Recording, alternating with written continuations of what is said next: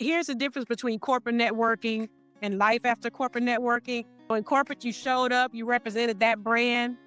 Remember, after corporate, you are the brand, whether it be bold, polished, if you want a laid back, whatever it is, whatever you choose to curate, you are the brand. Your positioning, your presence, your proximity, it all matters differently now. So the question isn't quantity. It isn't, should I go to more events?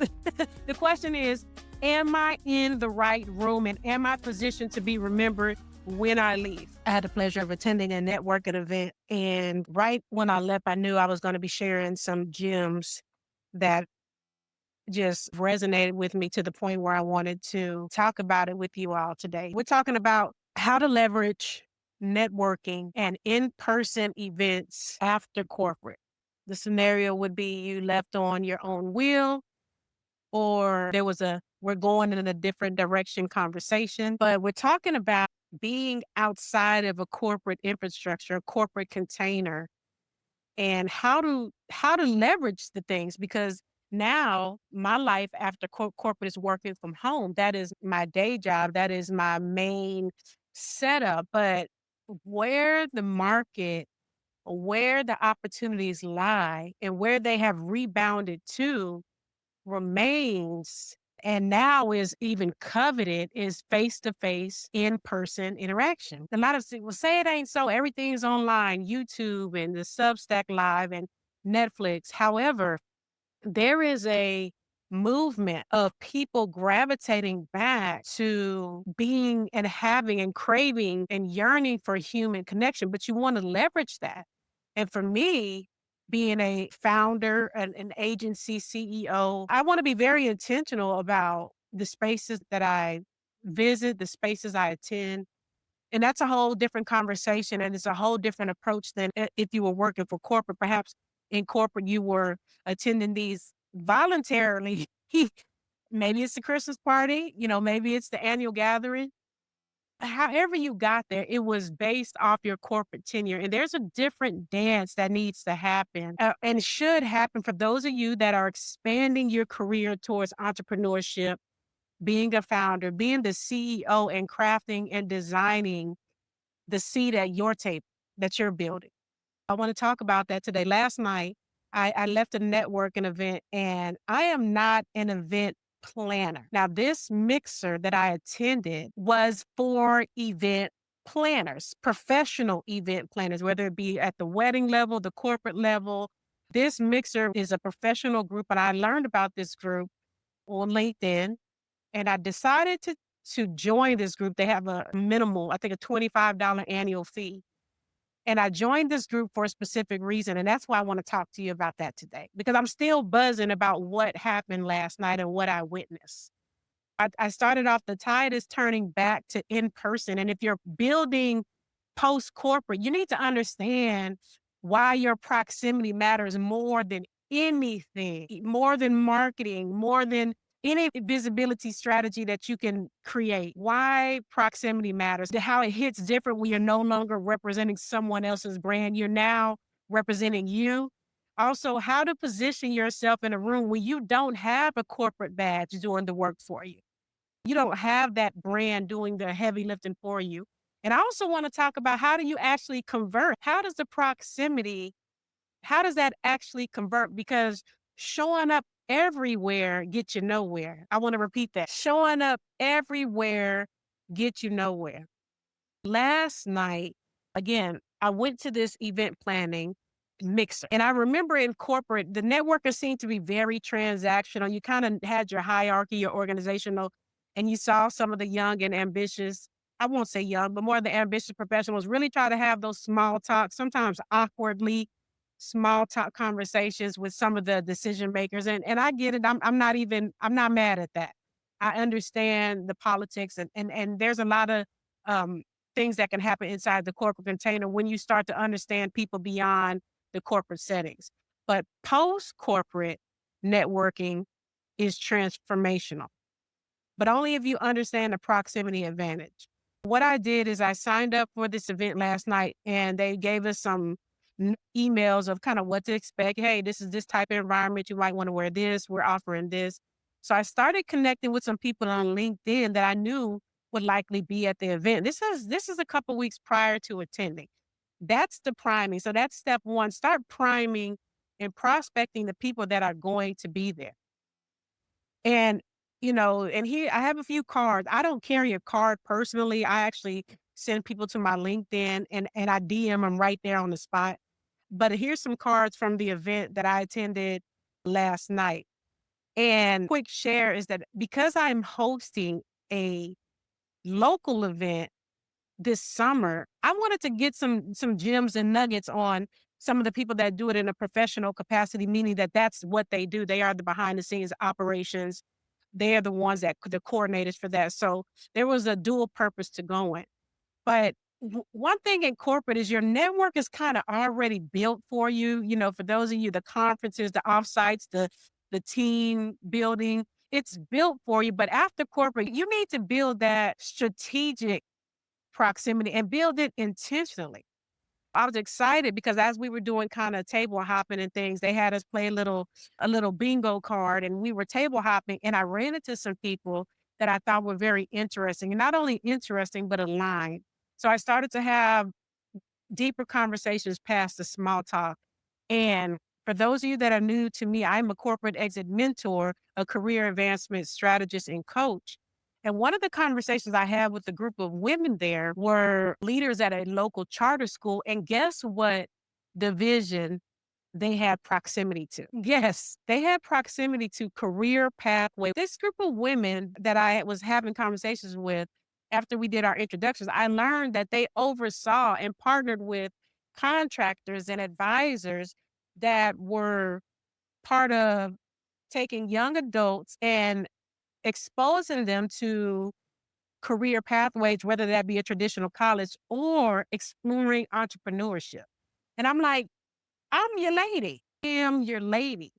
If I hadn't been very intentional in kind of navigating that conversation. So the shift is you're not really there to collect business cards because these business cards are turning into LinkedIn DMs for sure. You're there to be in rooms where decisions are being made and opportunities are being created.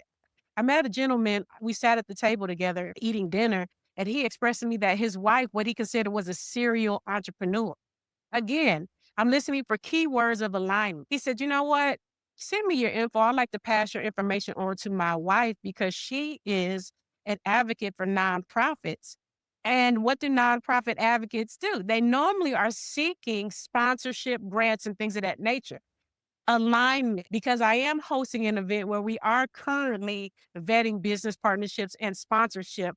And I shared that with him. He said, oh, definitely. I want to introduce you to my wife. So very intentional conversations. And again, I started off by saying the tide is turning for those of you catching the replay. The tide is turning. The post-pandemic fatigue with the Zoom, I think we're here. Yeah. Get back outside. I have gotten so comfortable working from home. It becomes where I dread even preparing for this stuff. And I'm not an introvert. It's a comfort zone, but we all know nothing grows in comfort. We all know that. So post mixer, I'm here today talking about how I feel after the event. I'm so glad I'm doing it. And now I'm actually looking forward to vetting other opportunities to be in the right room. The key phrase here is proximity creates possibility. Proximity creates possibility. You're not attending events the same way you did in corporate. You're showing up differently. Here's how. In corporate, we represented the company. We had our scripts and we had our badge. For me, senior account executive, I was a top performer in my district. So it had my district name, number of years, tenure. But after corporate, let's talk life after corporate. That could be, I need a t-shirt. You are the company for those of you that are choosing the route of entrepreneurship. You now are the company. You are the face. And your positioning has to be clear in 30 seconds or you're invisible. I witnessed that last night. I witnessed people that if you simply ask them, hey, so what do you do? I witnessed that turn into what could be a perfect opportunity. I witnessed that turn into a ramble session where it started to sound like Charlie Brown. Wah, wah, wah. Lost opportunity. The clarity and how you introduce yourself. For me, career advisory, 2 words, you can get a lot out of that. I can even go deeper. Career advisory specific to supporting high-performing professionals exit corporate and start the path toward entrepreneurship. That is it. Being able to concisely express yourself outside of corporate, it takes some practice. I didn't get it here overnight because I was so ingrained to letting the title, the status, and the click speak for me. When you position yourself in the room, don't lead with what you used to do. Because that's the tendency. Don't lead with what you used to do. Lead with the transformation or the problem you're solving right now. What are you creating right now?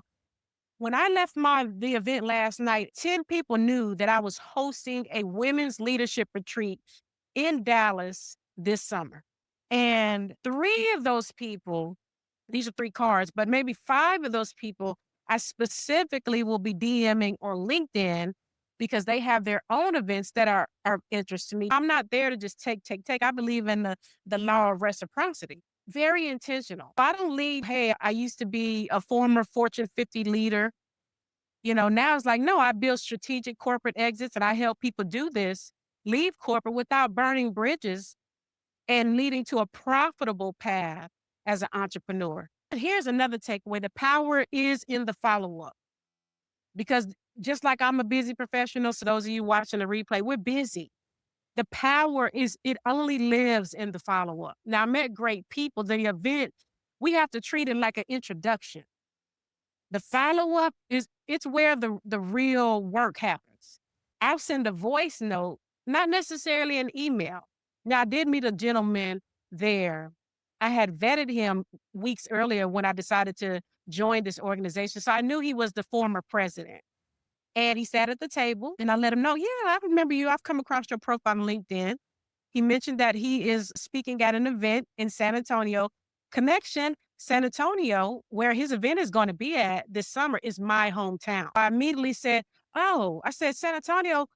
I said, what convention? And I named off 2 or 3. His event was at one of the venues that I mentioned because I'm pretty much familiar with where the event and the capacity that he is, because it's going to be a 4,000 person event. There's a few places that stuck. I said, yeah, it's going to be right at that. And I said, okay, because let me tell you, when you let people talk, they if you use your ears and let people talk, their experience seems it resonates better.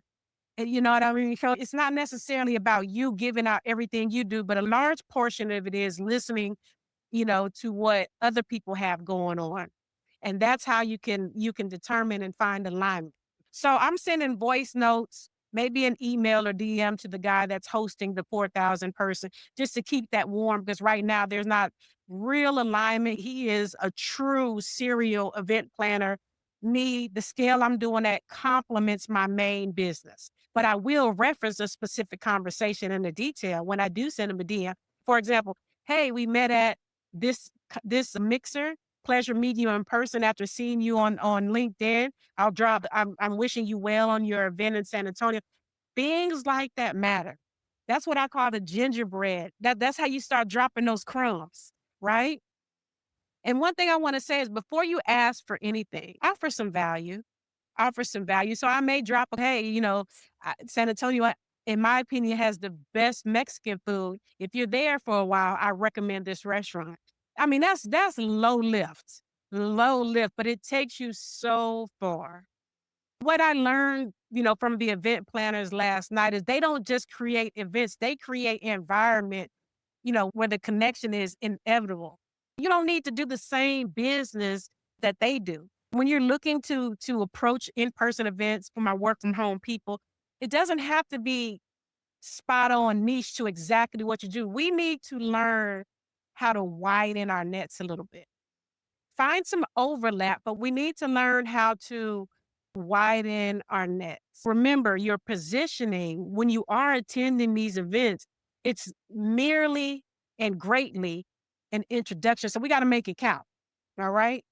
And speaking of strategic proximity, you heard me say I am hosting something very intentional. I live in Dallas, Texas, so I'm hosting this summer the Crossing Retreat. It's a 2-day experience for women navigating the corporate to calling transition. Very intentional because I'm doing my market research and people, again, they are craving human connection.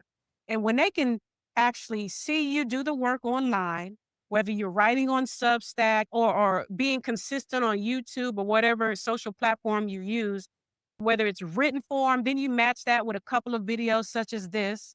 And then they attend my retreat, the relationship, the expansion of trust is there. My retreat, I'm doing in the weekend. Why? Because I cater to corporate professionals that are transitioning. I'm honoring the average cycle of those that the weekend is usually time to reset. So I'm very intentional with that, right? And I'm designing it for strategic connection and clarity that happens face to face. Very limited, 20 women, high touch, no distractions. If this resonates, let me know. I'll drop the link in. You can DM me. I'll get you the information to learn more if Dallas, Texas is in your reach this summer. But let me show you to build a proximity strategy. That's the main reason why I jumped on today because it's like, I never discount the pros and the cons of being in corporate. But one thing I noticed is you can't be everywhere. Where should you be? So here's how you build proximity, life after corporate. Here's how you build that proximity strategy that actually works. One thing is if you are networking, you got to stop attending everything. No, no, no, no, no. You start attending strategically. For me, it has to be intentional because I like working from home. I actually prefer it. The question you ask yourself is, who do I need to be in proximity to? And one thing I talked about on Instagram last night, I was giving some real time moments is not only was I interested and excited about meeting new people in the event planning space, but I was more excited about getting access to the people they serve. Because some of the event planners were event planners with corporate and wedding budgets in the upwards of 500,000 to 7-figure budgets. They are serving affluent people. What does that mean? I want to get in front of that audience. But there's layers to that. The question you ask yourself is, where are my ideal clients and partners already gathering? And that doesn't have to be so literal. Think about who they are serving. Just some thoughts there. So 3 type of events I want you to take away today. If nothing else, I want you to prioritize. Think about the wide net that we just discussed, but you want to be industry specific. Where is your expertise valued? Adjacent industries, that's that wider net conversation where let's call cross pollination. Where does the cross pollination create the opportunities? And then the intimate gatherings, that's the lane that I'm playing in, which is where I'm having a mastermind retreat, the small cohorts.